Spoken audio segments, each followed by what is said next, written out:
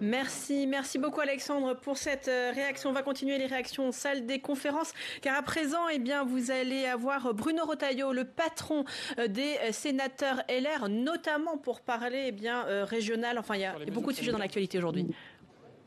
Et oui, et le Premier ministre qui a évoqué les mesures sanitaires durant cette séance de questions d'actualité. Et il l'a dit, le gouvernement continue sa stratégie territorialisée, mais il pourrait être amené à durcir les mesures. Bruno Retailleau, est-ce qu'on n'a pas le choix finalement? Est-ce qu'on va vers un confinement national? Écoutez, vous dites que le gouvernement poursuit sa stratégie. Mais quelle est sa stratégie? Il y a dans le monde 2 stratégies et 2 seulement qui sont efficaces. La stratégie des pays asiatiques, c'est zéro Covid. C'est-à-dire que dès l'apparition du virus, ils ont tapé sur ce virus avec des mesures de dépistage, de traçage, d'isolement très vigoureuses. Ça, c'est la première stratégie, c'est pas la stratégie française. Puis il y a une autre stratégie qui consiste à vacciner massivement. C'est la stratégie israélienne, mais aussi britannique, mais aussi maintenant américaine. Et nous, on est où? On est entre les deux. On est comme d'habitude, on marche en biais, vous voyez, comme en crabe.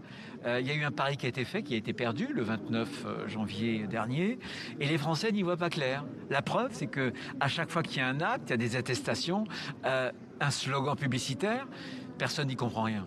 Donc c'est ce qui est préoccupant. Où va-t-on? Est-ce que le chef de l'État sait où il emmène aujourd'hui la France dans cette vaccination et notamment dans cette stratégie antivirale? Mais selon vous, est-ce qu'il faut un reconfinement national face à cette 3e vague qui s'accélère? Le confinement serait pire que tout. On sait que le confinement fait des morts.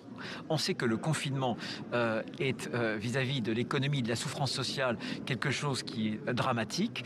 Il a fait basculer dans la pauvreté l'an dernier 1 million de Français. On ne peut pas se permettre un confinement total. Il y a d'autres méthodes, j'en parlais il y a quelques instants, il faut accélérer la vaccination. Et puis il ne faut pas oublier, pourquoi est-ce qu'on n'isole pas suffisamment individuellement ceux qui sont malades? L'étude qui est parue de l'Institut Pasteur, il y a 97% des gens qui sont malades qui s'isolent mal. Pourquoi ne fait-on rien? Bruno Retailleau, on va